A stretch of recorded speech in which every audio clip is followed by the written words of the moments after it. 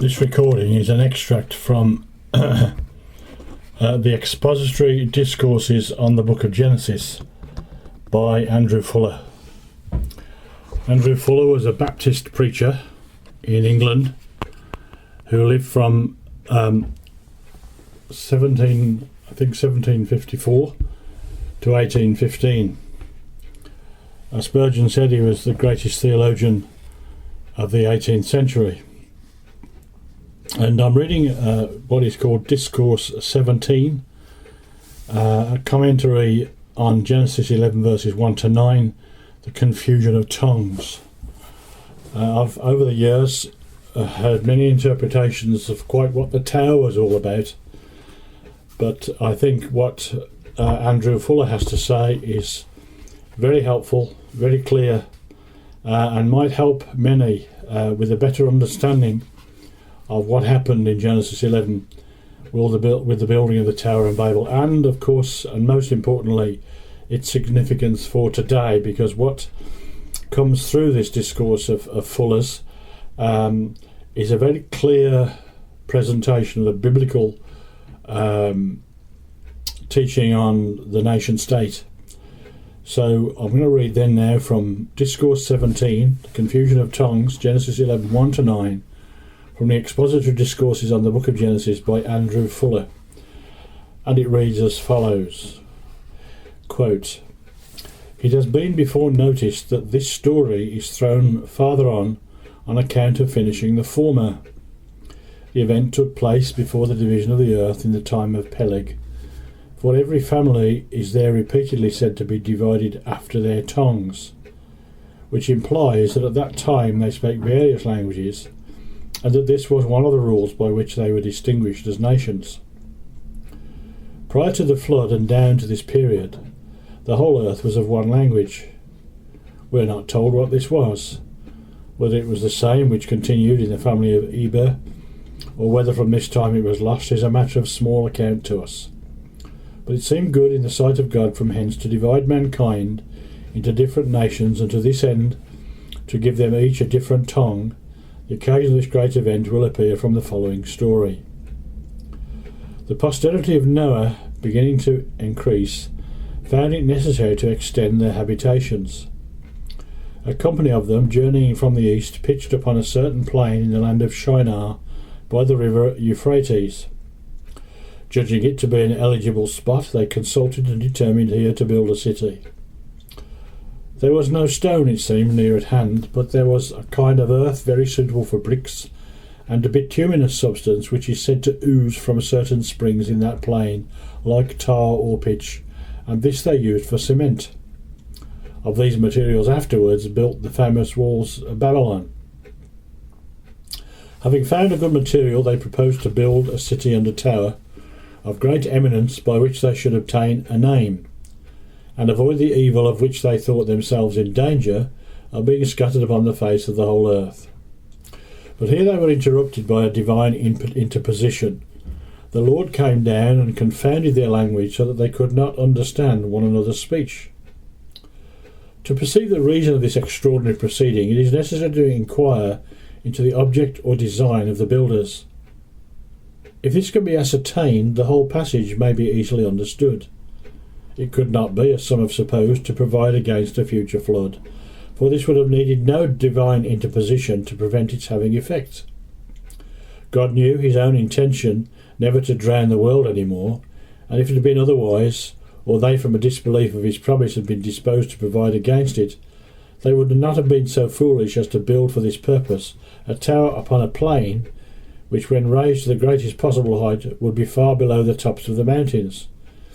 It could not have been said of such a scheme, quote, "This they have begun to do, and now nothing will be restrained from them from which they have imagined to do," unquote, for it would have defeated itself. Neither does it appear to have been designed, as others have supposed, for an idol's temple. There is nothing in the story, however, which leads to such a conclusion. It was not for the name of a god, but for their own name that they proposed to build, and that not the tower only, but a city and a tower. Nor was the confounding of their language any way adapted that I can perceive to defeat such a design as this. Idolatry prevailed in the world, for aught appears, as much under variety of languages as it would under one. Some have imagined that it was intended merely as a monument of architectural ambition, like the pyramids of Egypt. This supposition might, in a measure, agree with the idea of doing it for a name, but it is far from harmonising with other parts of the story. It contains no such deep-laid scheme as intimated in the 6th verse, and given as the reason of the divine interference, nor is it supposable that God should interpose in so extraordinary a manner by working a miracle which should remain throughout every age of the world, or which at least has remained to this day, merely for the purpose of countering a momentary freak of human vanity. There are 4 characters by which design, whatever it was, is described. 1. It was founded in ambition, for they said, "Let us make us a name." 2. It required union, for which purpose they proposed to build a city, that they might live together and concentrate their strength and counsels.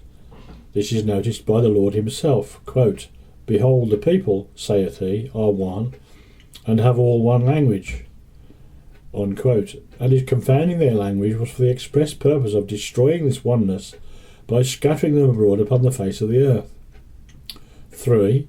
It required that they should be furnished with means of defence, for which they proposed to add a tower to the city, to which the citizens might repair in times of danger, and of such a height as to bid defiance to any who should attempt to annoy them with arrows or other missive weapons. 4. The scheme was wisely laid, so much so, that if God had not interposed to frustrate it, it would have succeeded. Quote, "And this they have begun to do, and now nothing will be restrained from them which they have imagined to do." Unquote.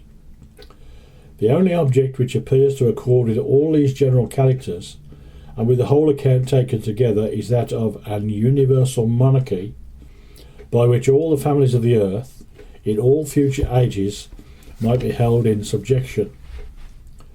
A very little reflection will convince us that such a scheme must of necessity be founded in ambition, that it required union, and of course a city to carry it into execution, that a tower or citadel was also necessary to repel those who might be disposed to dispute their claims, and if these measures were once carried into effect, there was nothing in the nature of things to prevent the accomplishment of their design.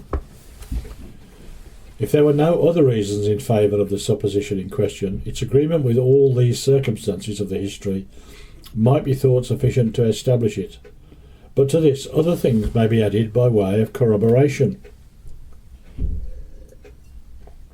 The time when the confusion of tongues took place renders it highly probable that the scheme which it was intended to subvert was of Nimrod's forming, or that he had a principal concern in it. It must have been a little before the division of the earth amongst the sons of Shem, Ham, and Japheth, after their tongues, in their countries, and in their nations, being that which rendered such division necessary.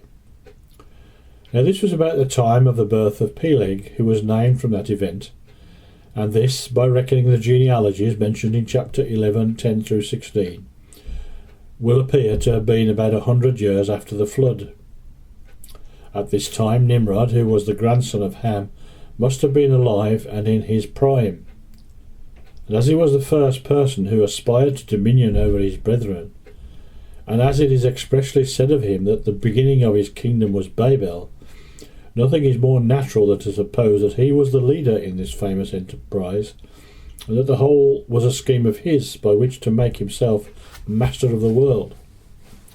It was also natural for an ambitious people, headed by an ambitious leader, to set up for universal monarchy. Such has been the object of almost all the great nations and conquerors of the earth in later periods.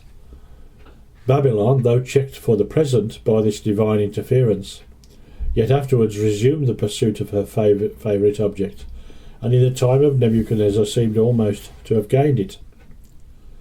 The style used by that monarch in his proclamations comported with the spirit of this idea. Quote, "To you it is commanded, O people, nation, and tongues." Unquote.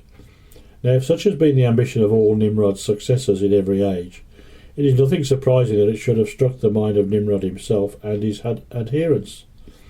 They would also have a sort of claim to which their successors could not pretend, namely that of being the first or parent kingdom, and the weight which men are apt to attach to this claim may be seen by the later pretensions of Papal Rome, another Babylon, which, under the character of a mother church, headed by a pope or pretended holy father, has subjected all Christendom to her dominion.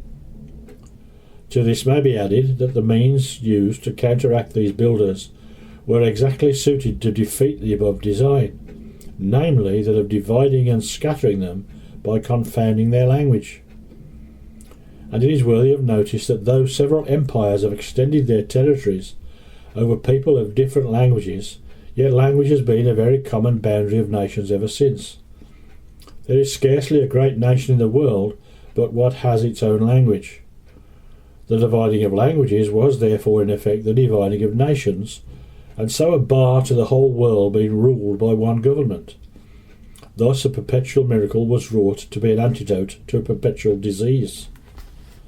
But why, it may be asked, should it be the will of God to prevent a universal monarchy, and to divide the inhabitants of the world into a number of independent nations? This question opens a wide field for investigation. Suffice it to say at present such a state of things contains much mercy both to the world and to the Church. With respect to the world, if the whole earth had continued under one government, that government would, of course, considering what human nature is, have been exceedingly despotic and oppressive.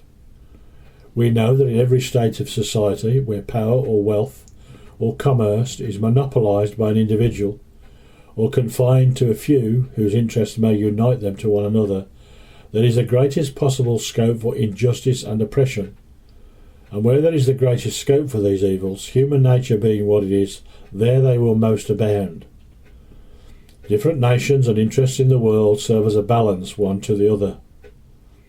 They are that to the world which a number of rival merchants or lesser tradesmen are to society, serving as a check upon each other's rapacity. Union, when cemented by goodwill to men, is exceedingly desirable, but when self-interest and ambition are at the bottom, it is exceedingly dangerous. Union in such cases is nothing better than a combination against the general good. Unquote. I'll just break off Fuller here for a moment, and I think it was John Trapp who said at the beginning of chapter 11, unity without verity is no better than conspiracy. Back to Fuller, quote, "It might be thought that if the whole world were under one government, a great number of wars might be prevented, which as things now are would be certain to take place." We're writing, may I just remind you, in between 1755 and 1815. Back to Fuller, quote, "And it is true that one stable government to a certain extent is on this account preferable to a great number of lesser ones which are always at variance. But this principle, if carried beyond certain limits, becomes inimical to human happiness. So far as different people can really become one, and drop all local distinctions interests, it is well. But if the good of the country governed be lost sight of, and everything is done to aggrandise the city or country governing, it is otherwise. And where power is thus exercised, which it certainly would be in the case of a universal monarchy, it would produce as many wars as now exist, with only this difference, that instead of their being carried on between independent nations, they would consist of the risings of different parts of the empire against the government in a way of rebellion. And by how much wars of this kind are accompanied with less mutual respect, less quarter given and taken, and consequently more cruelty than the other, by so much would the state of the world have been more miserable than it is at present. The division of the world into independent nations has also been a great check on persecution, and so has operated in a way of mercy towards the Church. If the whole world had been one despotic government, Israel, the people of God, must in all ages have been in the condition which they were reduced to from the times of the captivity as a punishment for their sins, and be a province of another power, which might have crushed them and hindered them, as was the case from the times of Cyrus to those of Darius. And since the coming of Christ, the only way in which he permits his followers to avoid the malice of the world which rages against them for his sake is this, quote, "If they persecute in one city, flee to another," unquote. Of this liberty, millions have availed themselves from the earliest to the latest periods of the Christian Church. But if the whole world had been under one government, and that government inimical to the gospel, there would have been no place of refuge left upon the earth for the faithful. The necessary watch also that governments which have been the most disposed to persecute have been obliged to keep on each other has filled their hands so as to leave them but little time to think of religious people. Saul, when pursuing David, was withdrawn from his purpose by intelligence being brought him that the Philistines had invaded the land. And thus, in numerous instances, the fallings out of bad men have been advantageous to the righteous. The division of power served likewise to check the spirit of persecution, not only as finding employment for persecutors to watch their rivals, but as causing them to be watched and their conduct exposed by them. While the power of papal Rome extended over Christendom, persecution raged abundantly more than it has done since the Reformation, even in popish countries. Since that period, the popish powers, both ecclesiastical and civil, have felt themselves narrowly watched by the Protestants and have been almost shamed out of their former cruelties. Again, unquote, pause for a moment. The cruelties of Rome, the millions upon millions upon millions of born-again believers that Rome slew in the Dark Ages, beggars description. And in these soft times when we're not supposed to say anything about Rome, people need to read a little more of that history. Mr. Fuller was not so ignorant, and neither were many of the fine preachers in this country in later centuries. Back to Fuller, quote, "What has been done of late years has been principally confined to the secret recesses of the Inquisition. It is by communities as it is by individuals. They are restrained from innumerable excesses by the consideration of being under the eye of each other. Thus it is that liberty of conscience, being granted in one or two nations, and becoming honourable, has insensibly made its way into the councils of many others. From the whole we may infer two things. 1. The harmony of divine revelation with all that we know of fact. If any object to the probability of the foregoing account, and imagine that the various languages spoken in the world must have been of human contrivance, let them point to us to a page in any history, ancient or modern, which gives an account of the first making of a language, dead or living. If all that man can be proved to have done towards the formation of any language be confined to changing, combining, improving and reducing it to a grammatical form, there is the greatest probability, independent of the authority of revelation, that languages themselves were originally the work of God, as was that of the first man and woman. 2. The desirableness of the universal spread of Christ's kingdom. We may see in the reasons which render a universal government among men incompatible with the liberty and safety of the world, abundant cause to pray for this and for the union of all his subjects under him. Here there is no danger of tyranny or oppression, nor any need of those low motives of rivalship to induce him to seek the well-being of his subjects. A union with Christ and one another embraces the best interests of mankind. And there we close Mr. Fuller's section on the Tower of Babel. We know, of course, from the Bible and the book of the Revelation that there is coming a one world government where there will be the very despotism and cruelty that Mr. Fuller has referred to.